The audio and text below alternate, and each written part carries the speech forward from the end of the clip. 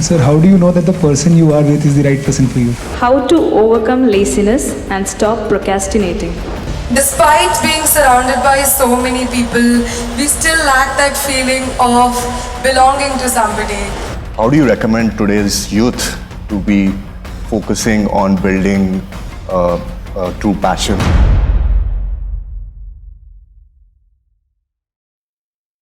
Being a college student, we live in dorms and hostels, and we're surrounded by people day in and day out.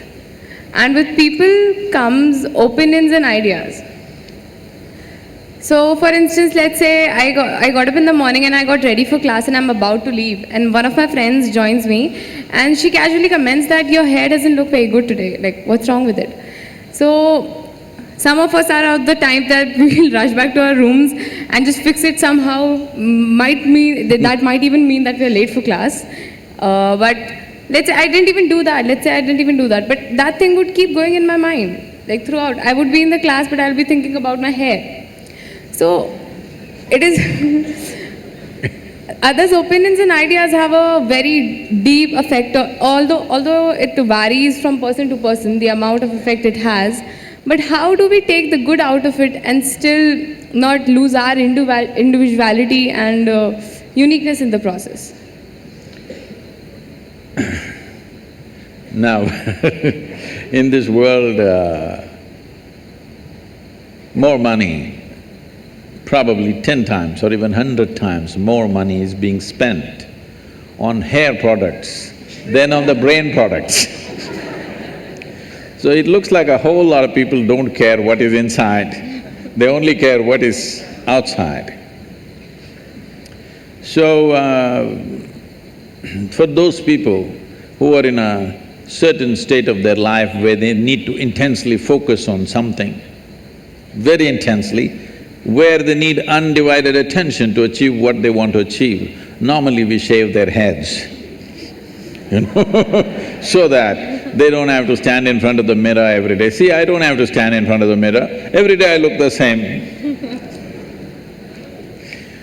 So I don't have to check how am I looking today. So when you're focused on something else, certain things get less significance. How we look, is it important? Yes, it is. To some extent, it is important in our lives. But right now, you're not going to walk the ramp, you're going to the class, okay? So all you have to do is bundle up your hair, tie it up on top of your head so that they can't see your hair, they can just see the knot and they can see the size of your head, that's a good thing. It is not that one should not be concerned about their appearance, of course it matters, but where does it matter, where does it not matter is something we have to decide. If it matters too much everywhere, I've seen people about 27 times in a minute,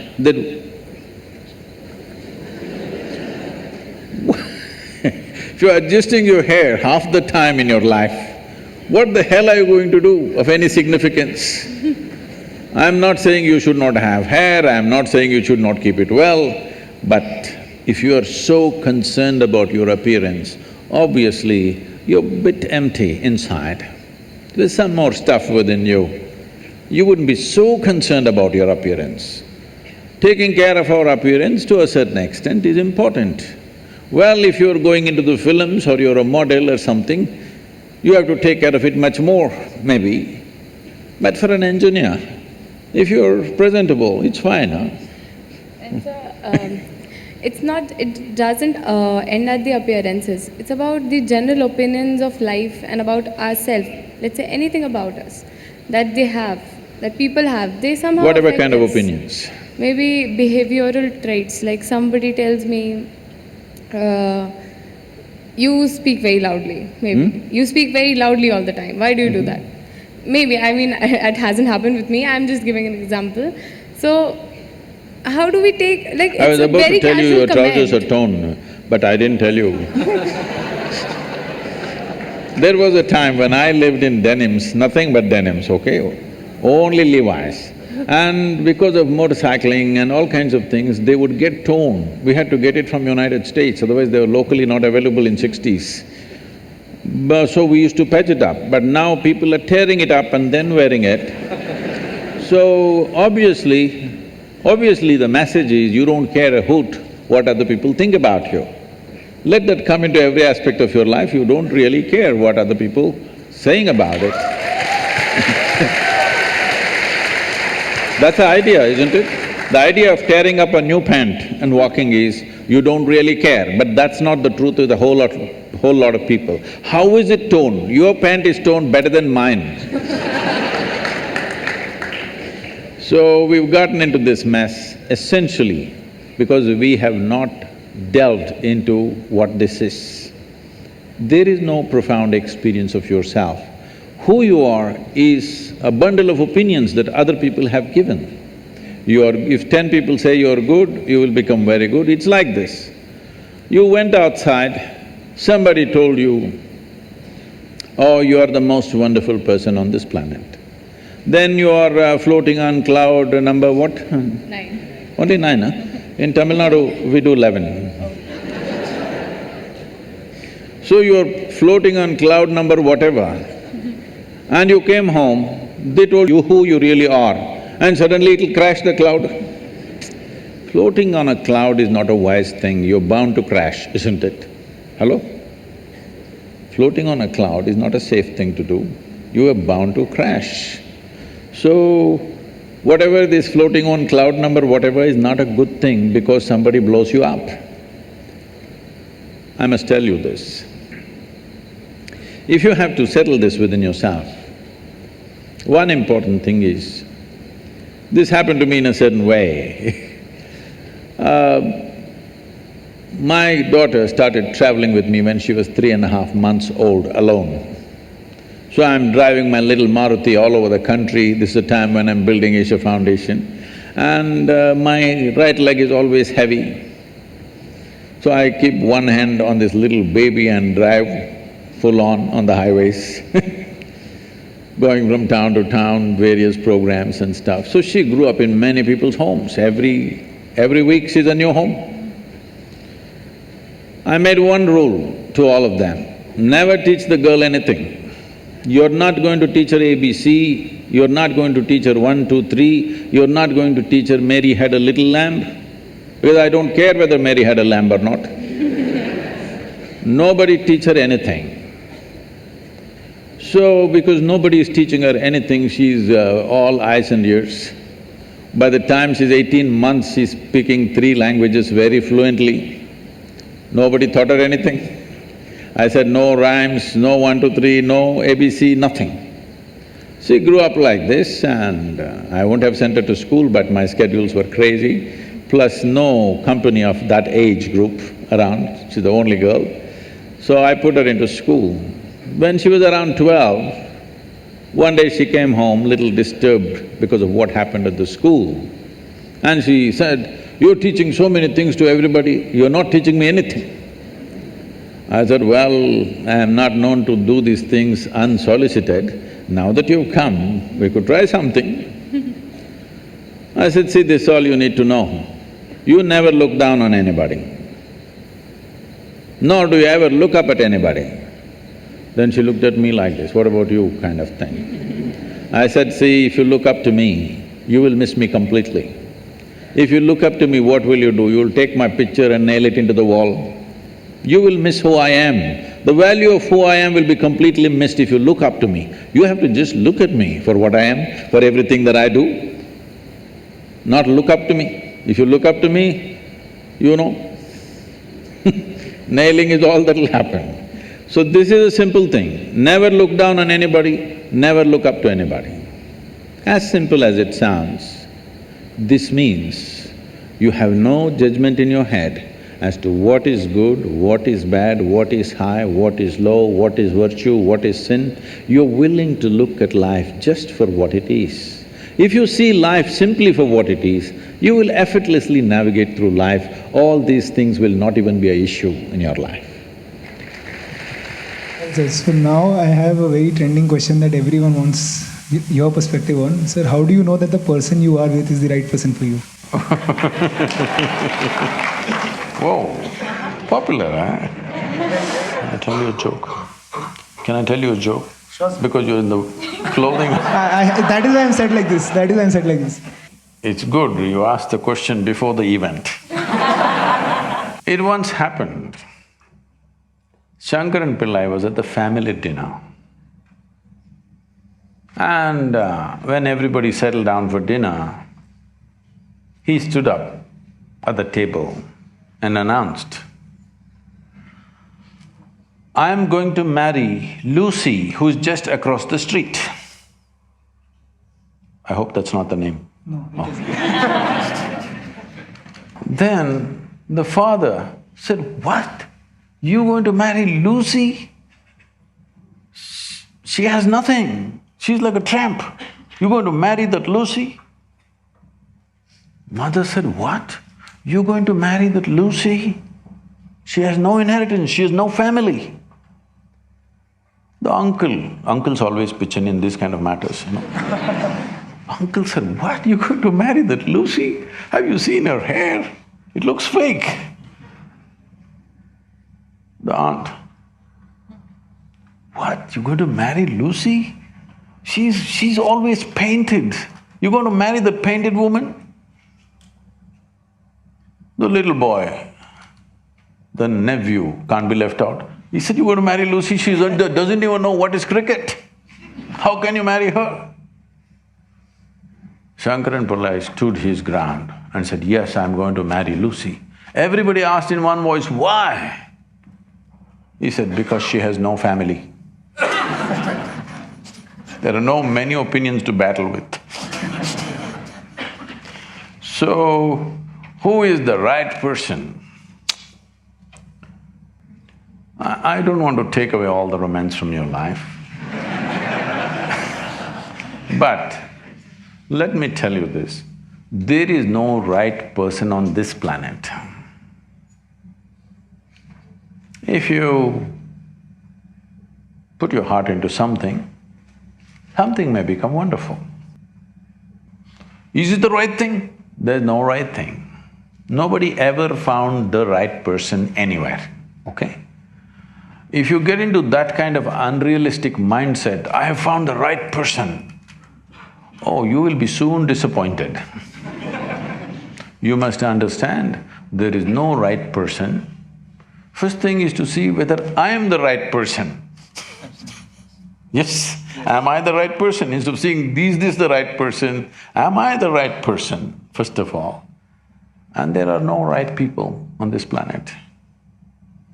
If you understand, you have your nonsense, they have their nonsense, we can adjust nonsense. Go on. We must understand relationships are formed for various needs. There are physical needs, there are psychological needs, there are emotional needs, there may be social needs, there may be financial needs, various kinds of needs. So when you're going to somebody with so many needs, you're going as a beggar, and a beggar cannot choose. Hello? Beggar eat what comes his way, isn't it? He cannot choose. So, if you really want to make a choice in this world, first and foremost thing is, you bring yourself to your place. I'm again going back to the same thing, where your experience of life is just pleasant by yourself. You're wonderful. Now, let us see what gets drawn to this one. If you're really wonderful, things will happen in every way, I'm saying. In terms of career, in terms of marriage, in terms of relationships, the best will happen to you because you made yourself like this. Instead of trying to work on somebody and fix them, if you work upon yourself and make you so wonderful that everybody wants to be with you, then there is a choice. Right now, when you're going out of your compulsive needs, you are a beggar. Beggars should not choose, they must eat what comes their way. And this whole thing is an American thing, that there is a soulmate somewhere. God made just one more person just for you. But these days, every 2 years, he keeps making one more person just for you. Obviously, God is making too many mistakes with you. Now, this soulmate business, first of all, I don't like to use that word, but now you uttered the word. See, body needs a mate, understandable. Maybe psychologically also you need a mate, understandable. Emotionally you need a mate. A soul cannot need a mate. Even if your soul needs a mate, it needs evolution, isn't it? So soul doesn't need a mate, nor was some person made perfectly for you, okay? This creation makes all kinds of unique idiots. If you understand you are one kind of idiot and the others are different kind, you will understand their nonsense because you know you got your stuff. If you think you're perfect and God has chosen you and He's made another person perfect somewhere else, you're heading for a disaster, okay? There's no such thing. Even, people today, after 5,000 years, people are still adulating and worshipping Krishna as the greatest lover, but his wives are dead unhappy with the guy. Yes. So, you're not going to find any perfect person. If you invest a deep sense of involvement, something wonderful may happen. It's because of your involvement, not because the other person is fantastic. No, even if you choose a fool, actually it's easy that way. If they're not stupid, why would they come to you first of all? No, I'm just being nasty. So, even if you choose a fool, it doesn't matter. If you involve yourself, it can turn out very beautiful. You chose the smartest person in the universe, it could be a disaster. So do not think in terms of, whatever this made for each other nonsense. No, you choose the opposite actually. The genders are opposites. You choose the opposite because you don't want them exactly like you want them some other way. The reason why a boy is attracted to a girl and a girl to a boy is because they're different.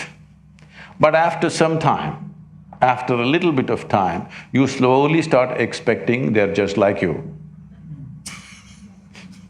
This is a serious mistake. Because if one more person becomes just like you won't be able to bear with them for 2 days. Hello? Please tell me. If there's one more person just like you at home, could you live there? You're glad they're different. It's wonderful, nobody is like you, isn't it? Nobody is like you on this planet. Try and see. Nobody is like you, and that's good. Don't look for sameness, not necessary. It's a difference which makes the… Because of the difference you tango, not otherwise. Namaskaram, Sadhguru. I want to know that when a student steps into college, all of a sudden he or she gets access to a huge amount of pornographic material which so far was off limits for him or her. And in the process, he or she enjoys that, and as we said, he or she experiences heaven on earth. But, and we even have nicknames for those people who overdo it. They masturbate. We overdo it sometimes. So how do we know how much of that is good or bad? And so can we have the truth about masturbation? Oh, looks like a popular question, eh?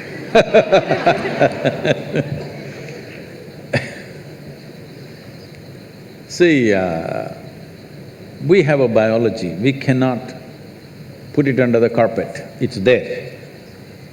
It's best we address it for what it is. But right now the problem in the world is, because certain religious institutions in the world took this attitude that the very biology of the human being is wrong, because of this, culture started hiding it under the carpet. Well, in this culture we never had it, but after the British came and left, we became more prudish than the British. But before that, if you look at our temples, all the outside temple art is all pornographic, if that's what you want to call it. But we don't call it pornographic, we are only talking about the various dimensions of human biology. Because we don't see it as wrong, but we see it as the periphery of life. If you stay there only, you will stay on the physical dimension forever, you will not explore anything else. So in the temple, always it's the periphery. You are supposed to look at that and understand it's the periphery of life and try to make an attempt to go deeper, but at the same time not to be in denial of it. Not to glorify it or not to be in denial of it is the most important thing. But in your college, watching these things on the whatever, your internet or whatever, people tell me that somebody told me, I don't know if these percentages are correct. When I was asking, what is the content? I was trying to understand the internet and its content. What is the real content on the internet? They're telling me, you should know, they're telling me 70% of the content on the internet is pornography. Is it so? Is it so? You must be the expert.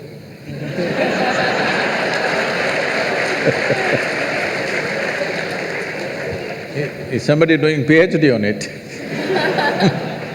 They told me 70%. I said 70% is unreasonable and sick levels of pornography.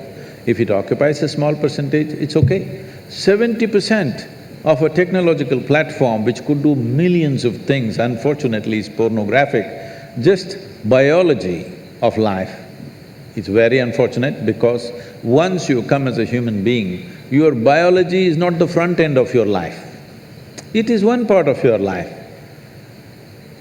This cerebral capability came so that your intelligence becomes the front end of your life, and if you become conscious, your consciousness becomes the front end of your life. Biology is the front end of a bull. It's okay for him, that's all he knows. But biology should not be the front end of a human life, it is part of our life. We are not denying it. So, at a certain stage in your life, it's like this. A 95-year-old man went for a medical checkup with his doctor. The doctor did a thorough checkup and said, "Hey, old boy, you're doing great for 95, no problem with you." Then the old man asked, "Doctor, but what about my sex life?" Then the doctor looked at him and asked, "Thinking about it or talking about it?"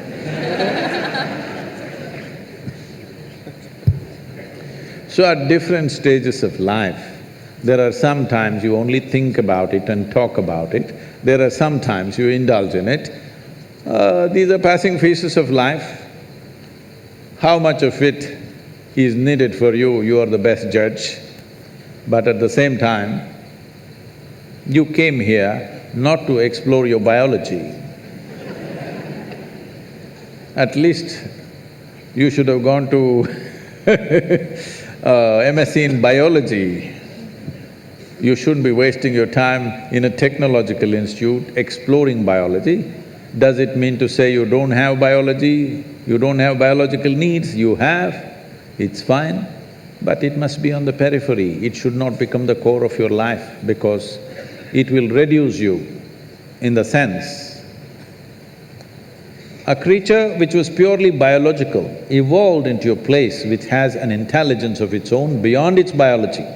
See, animal intelligence works for its biology alone.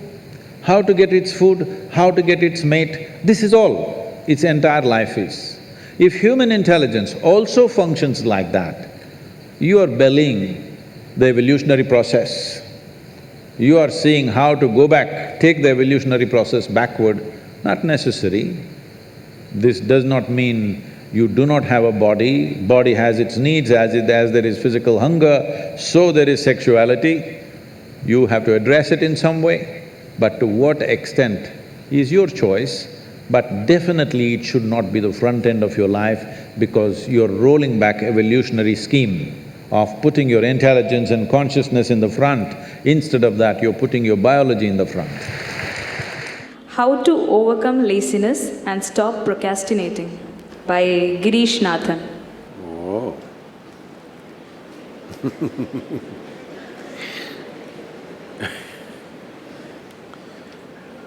See, if you're postponing something, you're obviously doing something that you don't want to do. If there is something that you really want to do, will you postpone it or prepone it? Hello? Do you see somebody is waiting for someone they badly want to see? Only 10 minutes. In the 10 minutes, they will look at the watch 25 times. Why? They want to prepone it.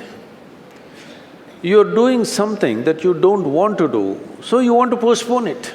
I'm asking, why the hell are you doing something that you don't want to do? No, because if I do this, I will get that, I will get that. That's not the point. There's nothing to get in this life. There's really nothing to get in this life. Either you lived this life in a profound and intense manner, or you did not. What will you get in the end? Huh? If somebody dies in the agricultural college, do they bury them or fire them? How is it? What's the tradition? Burying is good for agriculture because human beings make good manure. So in the end, what will happen to you and me? They will either bury us or burn us. That's all will happen in the end. You think something else, they'll give you a prize? Nothing will happen in the end. Only thing is the process of life. How wonderfully did you live? That's all there is. So if you are doing something really wonderful, do you want to prepone it or postpone it? Huh? Prepone only. So you must find what is it that you really want to do. If you find that one thing, you will always prepone everything, not postpone. Despite being surrounded by so many people, we still lack that feeling of belonging to somebody, being accepted by somebody, being loved by somebody. How should we deal with that discontent and loneliness? On one level, many questions are aimed towards, how can I be free from this and that? Another level, you are asking, how can I bind myself to something or somebody? You must decide. What is the highest value in your life, freedom or bondage? Please, I would like to hear that word. Oh, freedom. But if you are free, you feel lost. If you go into the mountains and you're totally free, that is, nobody around, nothing around, you just in the empty space of the mountains, you don't feel free, you think you're lost. So to handle freedom, it needs a certain clarity and strength. Most people cannot handle freedom. They are always trying to bind themselves, but only talking, mouthing freedom all the time. If you really set them free, they will suffer immensely. So this is an evolutionary issue. In the sense,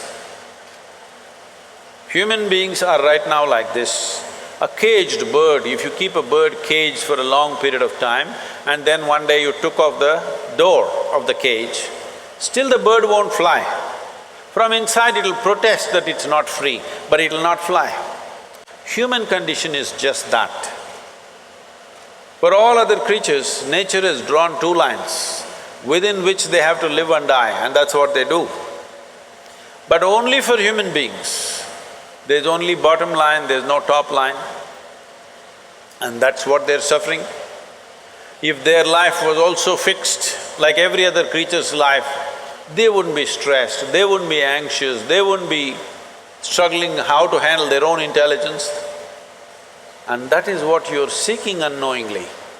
You may seek it in the form of relationships, you may seek it in the form of profession, you may seek it in the form of nationality, ethnicity, community, God, heaven, hell.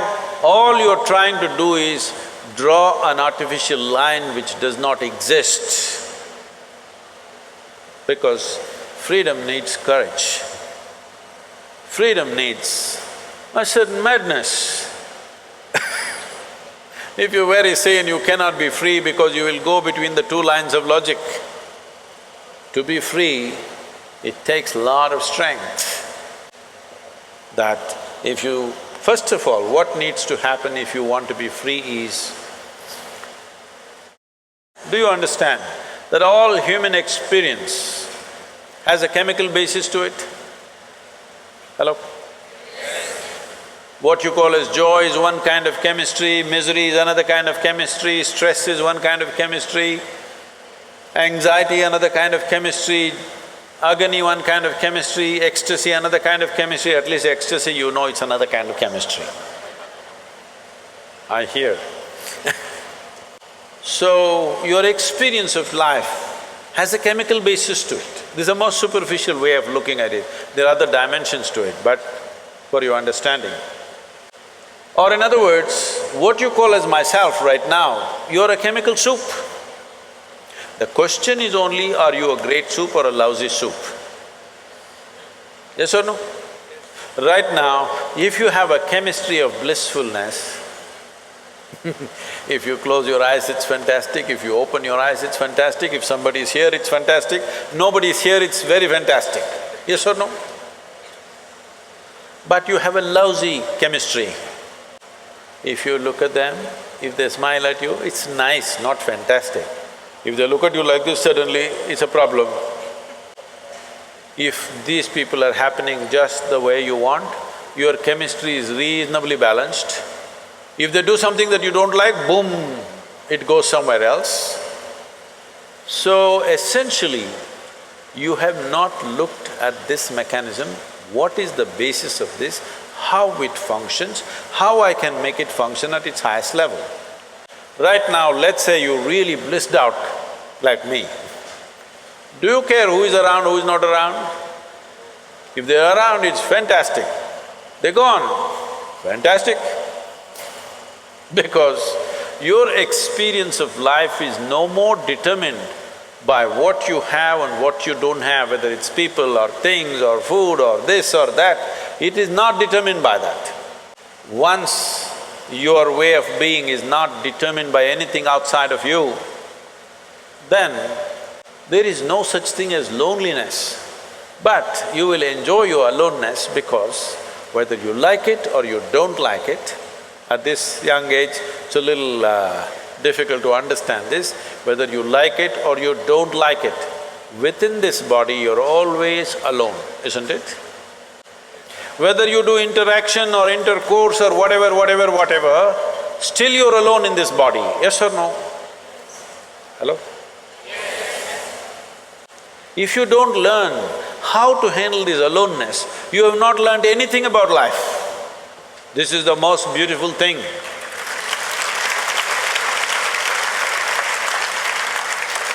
The most beautiful thing about life is, nobody can get here, it's just my space. Yes or no? Isn't this the most beautiful thing? Nobody can invade me. They can capture me, they can torture me, they can do so many things, but they cannot invade me because I have a space which is just my own. Isn't this the most wonderful aspect of your life? Don't suffer that. That is the most beautiful thing. What are those songs, popular songs?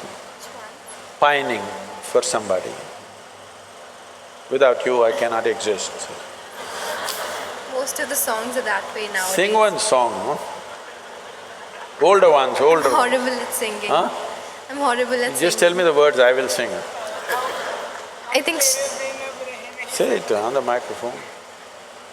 हम तेरे बिना रह नहीं सकते, तेरे बिना क्या वजूद मेरा। You saying it to me? Okay, I got it. Sri Ram is a singer. Sri Ram, that song, what is saying? हम तेरे बिन अब रह नहीं सकते, तेरे बिना क्या वजूद मेरा। See, all the boys must learn songs like this, otherwise you can't floor the girls. But the girls should understand the guy has a need and he's doing this, it's not really true, but let's enjoy the game right now. Because what we do is just a certain… it's a certain game, life is, because it comes to an end. But the important thing is, how are you within yourself? If you are here in such a way that you are only driven by your needs, you will live a very meager life. But if you can sit here without any need, but you will do whatever is needed, then you will live a magnificent life. It's my wish and my blessing. Every one of you must have a fantastic life. Make it happen for yourself. So one Pradeep asks, we are often reprimanded for using swear words. It is nowadays used as colloquial slang. What is the big deal with using slang words when I casually use it without intent? See, this happened. A nice Catholic girl got married and went. After 3 days, she called her mother and said, "Mama, I can't be here with this guy. All the time he's using 4-letter words." Then the mother asked, "What kind of 4-letter words is he using?" She said, "He's talking about cook, clean, wash, iron."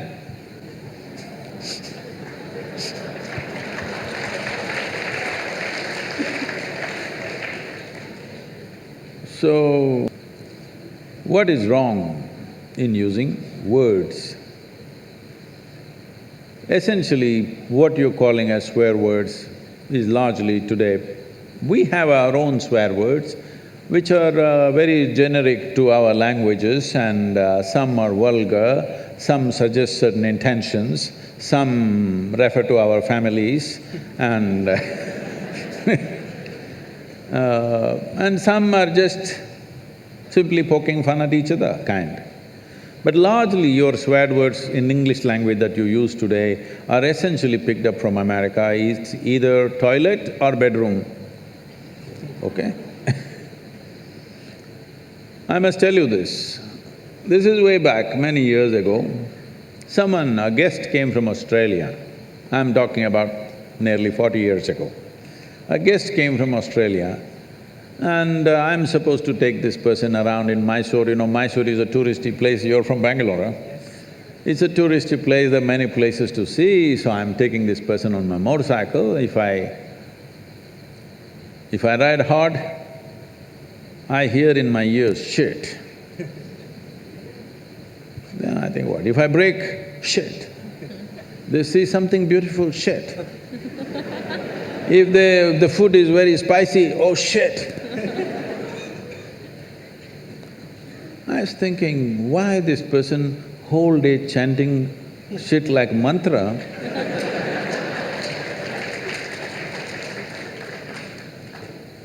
I thought maybe constipated, trying to invoke. Because what should be done in the morning, whole day, why are you dragging it through the day, you know? Then I observed, they're getting angry, shit, and they become little calm. Oh, then I thought, oh, it's working for them, I should not disturb this, because I don't believe in disturbing anything that's working for anybody. If it's working, let's leave it. So I just thought through this. See, we have looked at the whole science of uttering sounds in a powerful manner, what it can do to your consciousness, what it can do to your body, what it can do to invigorate your energy, many aspects of this. And then we say, Shiva. With the necessary preparation, if I make you utter this one sound, you don't have to believe in any god or anything, just the sound. It'll blow your brains out. I can show you this. Then I thought, shit, shiv. Oh, we arrived at it scientifically, they somehow got it.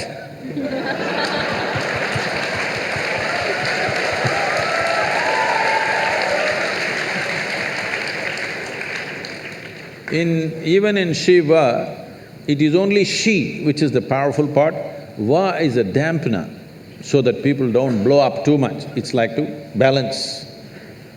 Instead of Va, they put T. I thought it's okay, it's working, so why? Because usually when they keep saying too often, the T doesn't come, they say shh. So even me, when I say Shiva, the word doesn't really come out, it's just shh. So I thought it's okay, what does it matter? Then immediately some people got very… this thing, Sadhguru, you are saying Shiva and shit are same? Highest and the lowest? I said, see, this high and low is all your business. But as far as your mind is concerned, in case your vocabulary is stored in an alphabetical order, Shiva and shit are close together. You cannot store Shiva here and shit here. You don't have such a capability. I don't know how it is stored in your mind. Suppose it's alphabetical, they are right next to each other, so you can't separate them. So the question is not about what is good, what is bad, what is right, what is wrong. The question is, will it work everywhere? If you keep shitting all over the place, is it going to work for you? That's a question. So it's all right among young people, you're saying shit everywhere, but now it's come to in United States, it's come. Even the top administrators are uttering these words just like that. In the international community, when they utter such words, it's finished in many ways, okay? Not because of anything else, simply because people are… if you watch some of these American movies and stuff and stand-up comedians, they are making the whole sentence with one word. Yes? Whole sentence is just one word repeated in many different ways and they're elogizing that. I'm saying to develop or to evolve a complex language, it took such a long time, it's taken thousands of years for human mind. One of the most complicated things that we have come up with as a civilizations in the world is language. Language is not a small thing. That way in India, we have 1,300 languages. How much genius must have been there that right here you speaking Marathi, somebody speaking Telugu, somebody speaking Kannada, somebody speaking Konkani, and for thousands of years, though you lived side by side, you maintained your literature, they maintained theirs, like this they managed. This takes a certain level of genius to develop the language. Now, a language which had hundreds and thousands of words, you want to reduce everything to one word and you think it's a forward step, I'm sorry. Sadhguru, how do you suggest that we appropriately question authority without being disrespectful towards them? Because from our very childhood, we've been taught to obey our elders because they know better and they are right. But they're only humans and it's possible that they are wrong or they make an error in judgment. So, do you think… So, I'm not talking just in context of parents. It could be political leaders, scientists, experts. Me also. Spiritual leaders as well. How do we question them to look beyond their traditional paradigm? Just the way you're doing it right now. Without being disrespectful. I understand, but it is possible that they take it as challenging their authority. So, see, respect. You use the word respect. Respect is not something that you ever demand in your life. Please don't ever do such a vulgarity that you demand respect. You can only earn it. You cannot demand it. The moment you demand it, it becomes vulgar. Yes or no? So you stand one step higher than somebody and you demand respect. Or the only stupid thing that you did is you came here a few years earlier than someone else and you demand that I'm senior.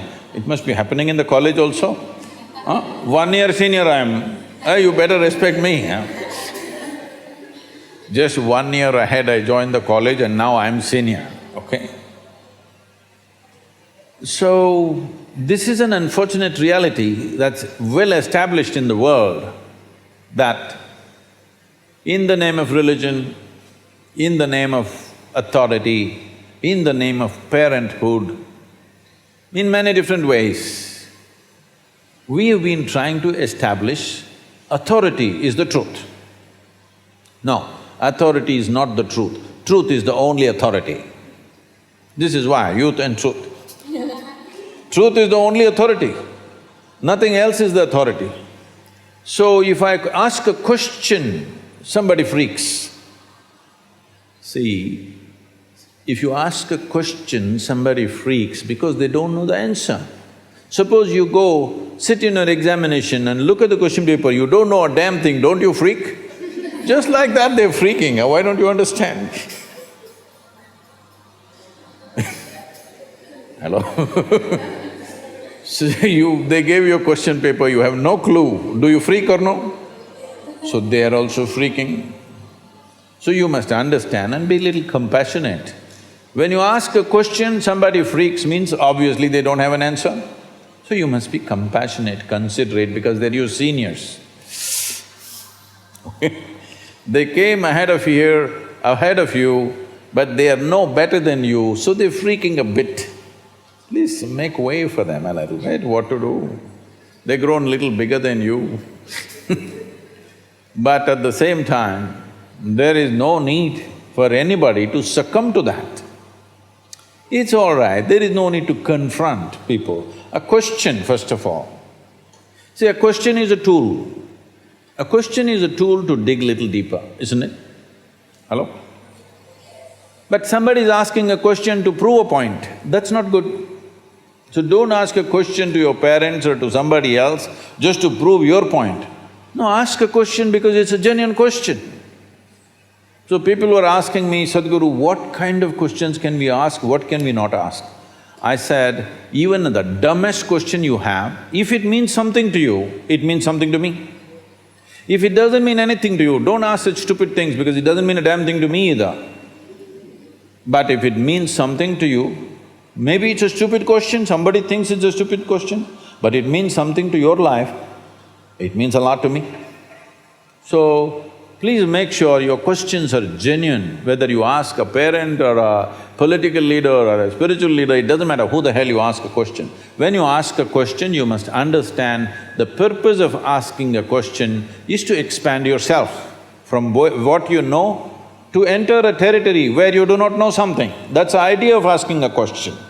But you ask a question to prove them stupid, then maybe they're getting mad. So you are entering their territory now. But you have to make sure in your life, because your life is not just about your life. How you conduct your life will determine the nature of this world, isn't it so? When you have such a responsibility, you have to ensure that truth is the only authority. Authority is not the truth. It doesn't matter whether it's parents or teachers or spiritual teachers, political leaders, or God himself came down and he said something stupid. You must be able to question him. That is the nature of this culture. See, even when those entities which we considered divine came, in India all we did is ask questions, endless questions. When Shiva came, his wife Parvati freaks him with 1,000,000 questions.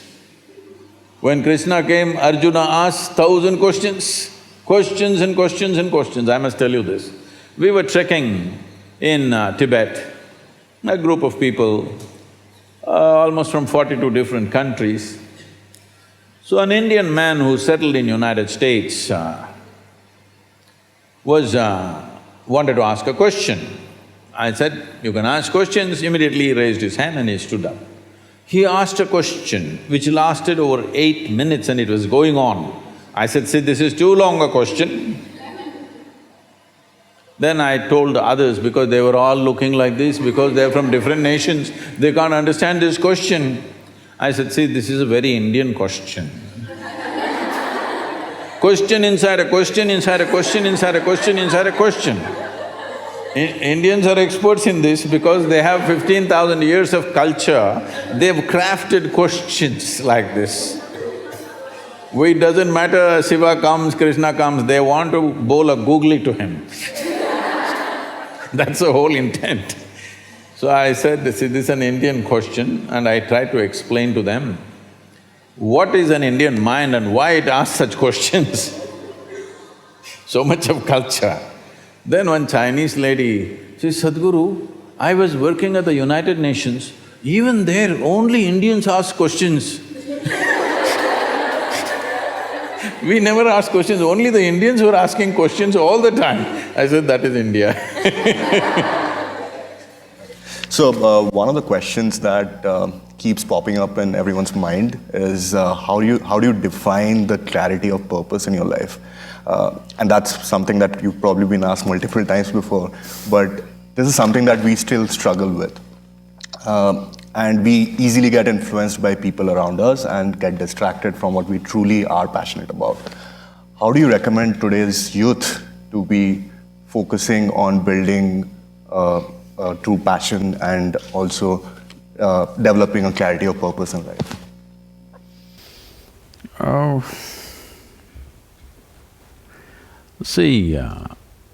This idea that a human being has a purpose to his existence is a very tyrannical idea. The moment you have a strong sense of purpose, you are a natural tyrant. The question is only question of competence. There are lots of tyrants all over the place. There are lots of Mussolinis and Adolf Hitlers all over the place. Fortunately, they're impotent and incapable. Yes, there are lots of them. Don't think only one was born. There are lots of them. Fortunately, nobody has the capacity or the competence that those tyrants had. Otherwise, there are a whole lot of people with same intention of wanting you to be something other than who you are right now. So if I have a purpose to life, if it gets organized, it becomes a mission. Who the hell are you to have your own mission? You're here, you're just a pop-up on this planet, all right? You pop up and you pop out. Here, instead of doing what is needed most right now, for maximum number of people, you have your own purpose, maybe God-given purpose. Whenever people say they have a God-given purpose, they have done the most terrible things on the planet. Now you don't like it, it's okay, but have they not? Whenever people said, God spoke to me, terrible things are coming. You can be sure about it. You heard these statements because you are trying to endorse your nonsense with some other authority from elsewhere. Why do you need a purpose? Life is a phenomena beyond your understanding. You're here to experience it and enhance it for yourself and everything else around you. That's about it. What is there for you to have a purpose of your own when you've not even figured out where it begins, where it ends? When you have not even figured out where this cosmos begins, where it ends, where you come from and where the hell you will go, how come you have a purpose of your own? You don't need a purpose, you just need sense. You need sense and sensitivity. And sensitivity will naturally come if you look at life as a more inclusive process. Right now, some studies in the last 2 days creating a flutter, I've been talking about it for last 25 years. Some studies say that in the next 5 years, the insect population is going to go down so dramatically that all agriculture on the planet could be seriously hit and food could become a great crisis. I've been talking about this continuously for last 25 years. People think worms and insects are no good. But I'm telling you once again, if all the worms die right now, in the next 14 to 18 months, there'll not be a single life on this planet, including you and me. If all the insects die, within the next 2.5 to 4 years, not a single piece of life will exist on this planet. But if you and me die, planet will flourish. Yes, this is the fact of our existence or no? Hello? Whatever nonsense we think about ourselves, without human race, this planet will do great. But without worms, insects, microbes and various other creatures, this planet cannot exist as a life. So, our idea, the most destructive idea that's been put into human minds in the name of religion, philosophy and nonsense is that creation is human-centric. Creation is not human-centric. You are just a speck in this creation, you're really nothing. As I said, you're like, on your computer screen there are pop-ups. You pop up and you pop out. You think so much about yourself, but actually before you and me came here, countless number of people who all thought they are great people came and went. Where are they now? All topsoil. Yes or no? Worms are feasting on them, all right? But human beings This is all it is. In this vast cosmos, this entire solar system is a tiny speck. In that tiny speck, this planet Earth is a micro speck. In that micro speck, Detroit city is a super micro speck. In that, you're a big man. This is a serious problem. This is all because of our learning. Do you understand? This is because of our learning, because we've lost our sense of perception. We are not seeing things as they are. We are making up things in our mind in the name of education. It's time we come to reality. Once machine learning comes, your nonsensical learning will not mean a damn thing. Just because you read a book, you are acting superior. No, a 5-year-old kid will turn on his machine and tell you, here. It's a great time.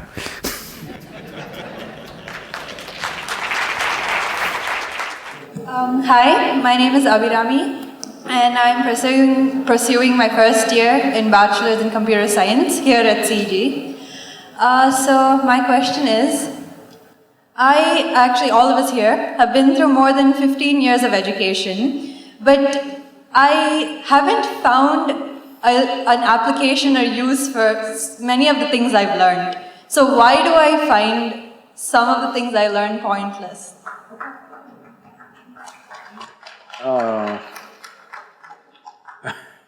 No, that should not be happening in an engineering college. I can understand that in a high school. Most of them are pointless. But in a technical school, that shouldn't be happening. But the important thing is our education system. I wouldn't say that so much about the technical schools like this, but largely our education system was created just to provide clerks for Her Majesty's service. There was no imagination behind it. Obedience was the most important aspect of our education system. This is why you have to just mug up a whole textbook and puke it there, and that's what's supposed to be excellence in education. I wouldn't say that about technical education, I think it's different. So, right now, we wrote a policy on textiles in India, we wrote a policy on the rivers and agriculture. Right now, we are busy writing a policy on education. Of my constant push, recently government announced that in future, in the schools, only 50% of the time in school should be focused towards academics, rest should be focused towards sport, art, music, craft and variety of things. If you do not know this, this was announced just about a month ago. But announcement is fine, but the schools are not equipped to shift. Our schools are made like this. There is a whole lot of… I always said, as much as math and science, there must be that much of music, art, variety of other things. Our schools are managed like this, but that's a small number. Right now, we have convinced the government and government has announced, central government has announced this.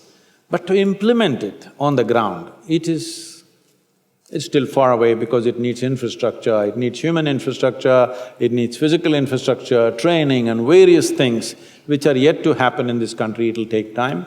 But at least that intention has come and we are seeing how schools, academic part of the school for a whole lot of children should not be more than 3 to 4 hours a day max. 3.5 hours is all I'm thinking about. Rest of the time, they must learn other things. Right now, we have created a nation where if a farmer's son goes to the farm with his father, father can be arrested for child labor. Yes, really. If you take your child to the farm and both of you are working on the land, people can come and arrest you because you're doing child labor. There is something very dangerous growing in the country. We've looked at this, we've kind of asked so many people. Today, if you ask the farmers in the land, are there people who your parents are from the farming community? Are there children? Only 1 or 2. If you ask any farmer in the country, how many of you want your children to go into farming? it's just 2 to 4%. So in another 25 years, when this generation passes, who is going to grow food in this country? I want to know. You may have technical knowledge, you may do an MBA, you may have various things. Do one thing, go on the land and take out one crop, let me see. It's too complex. We think farming is for the illiterate. It is not so. It is a very complex, meticulous operation. Just because he doesn't have formal education, it doesn't mean that he has no brains, it doesn't mean he doesn't know something, he knows something very vital because of which all of us are eating right now. Yes? Our stomachs are full. But this nation has the danger, of not being able to grow its own food in the next 25 years. So we are looking at how only a certain number of children need to go into academic education. Others need to learn other skills and variety of other things to do in the country. For their own well-being, not everybody's brains are made for academics, they simply suffer their academic life, a whole lot of them. Some of them have great joy in academics, a whole lot of them suffer their academic thing and the examinations and studying. How people are suffering, I'm seeing, these people should not be doing academics, they should be learning some other skills where their aptitude is. There is nobody to identify what is your aptitude, what is it that you could do well with joy. This needs to happen at an early time. Between the ages of 10 and 15, we must have a process in the education system where people can choose, and above all, it should be made. You know, right now the problem, one reason why everybody wants to go to medicine or engineering is because there is a social prestige nonsense. An electrician or a carpenter must have the same prestige that a doctor or an engineer has. Only then education will get leveled out. Above all, a farmer must have a higher place in this society than any of us. He's feeding us. I don't have a steady mind and I can't focus at one thing, even if I try a lot. Even mobile is a very big distraction apparently. So how do I focus on one thing at a time? I fear that if I give too much time to one thing, I might lose or lack in other things. See, see, the nature of human intelligence is such that it can do many things at the same time as a process. When I say intelligence, most people are misunderstanding intelligence as intellect. Intellect is your thought process. Thought is just one dimension of your intelligence. Thought is only happening because of the data that you have gathered in your mind. You cannot think about anything for which you have no data, isn't it so? Isn't it so? Isn't it so? So, human intelligence is made like this. In the yogic way of looking at life, we look at human intelligence as 16 parts. Out of these 16 parts, we can, for the sake of understanding, we can see it as 4 segments. These 4 segments are buddhi, ahankara, manas and chitta. Buddhi means the intellect. Intellect, when it comes to your intellect, would you like a sharp intellect or a dull intellect? You must choose, I'm going to bless you right now. Sharp intellect. So obviously, intellect is a cutting instrument. It's like a knife, it's a scalpel. It's good for cutting. If you want to dissect something, you need a good sharp intellect. But suppose you want to sew something, all you have is a knife. If you sew with a knife, you know what'll happen?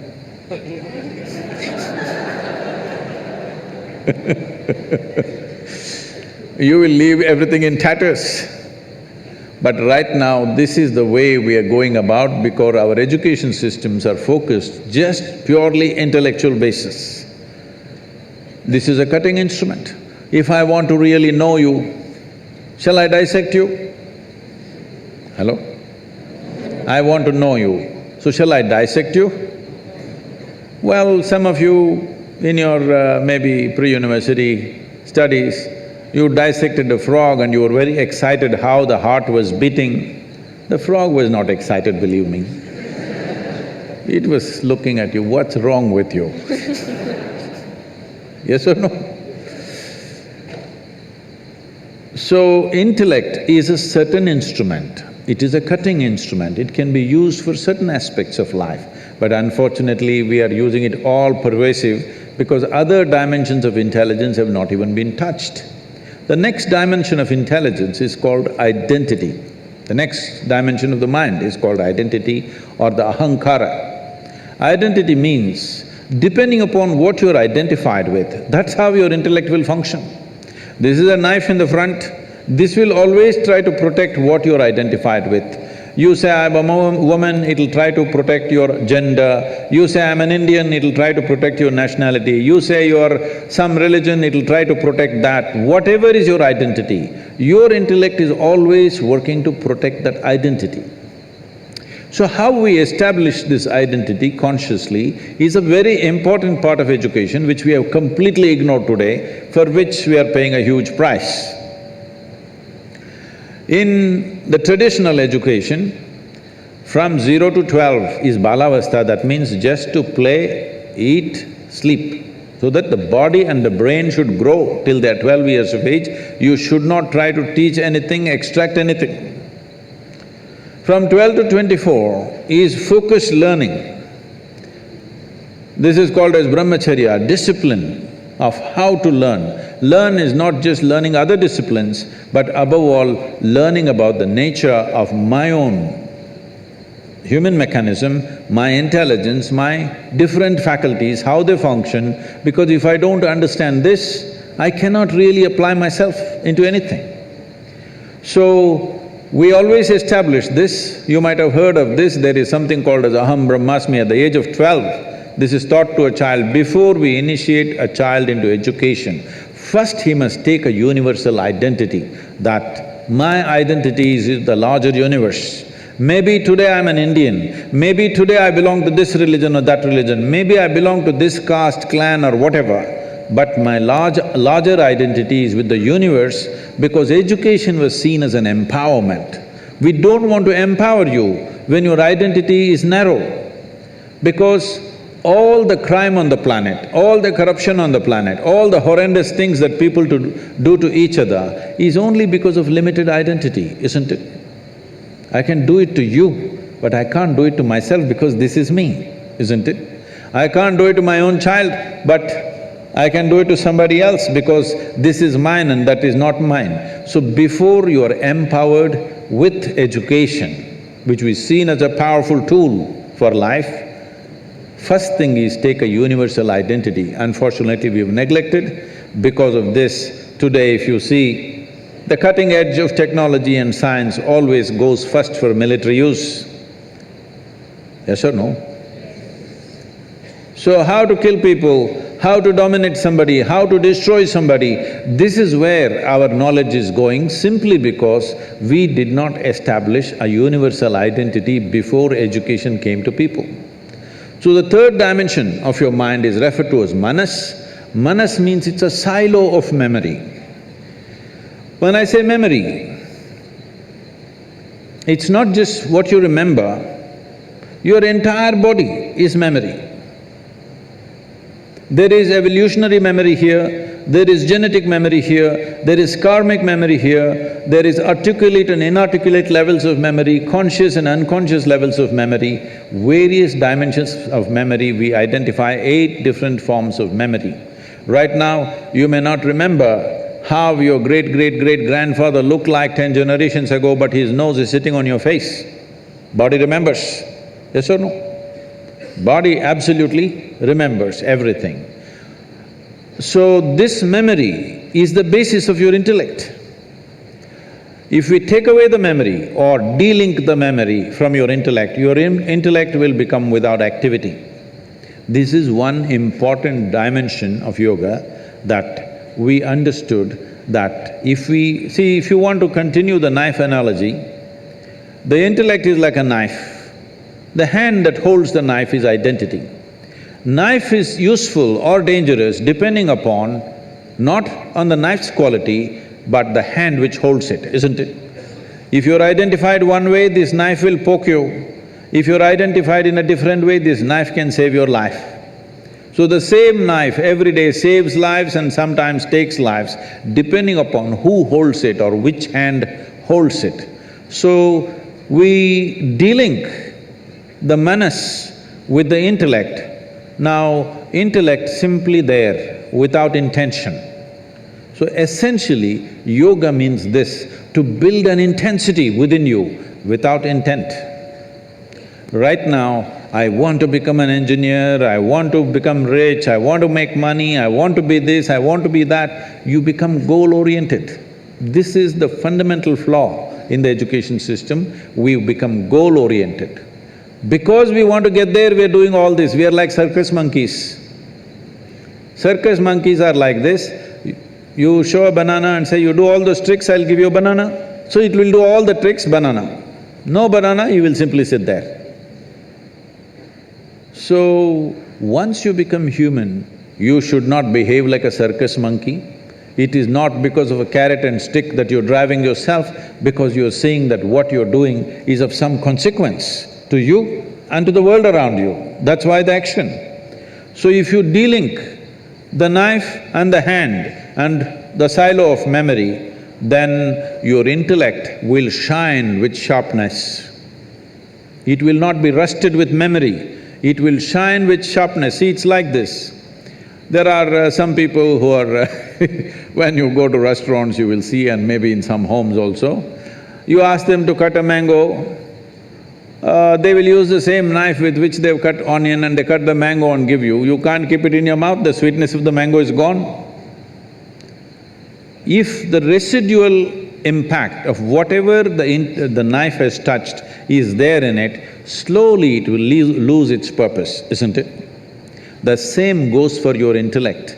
If the memory sticks to your intellect, after some time, it'll become a useless intellect because it becomes a highly prejudiced intellect.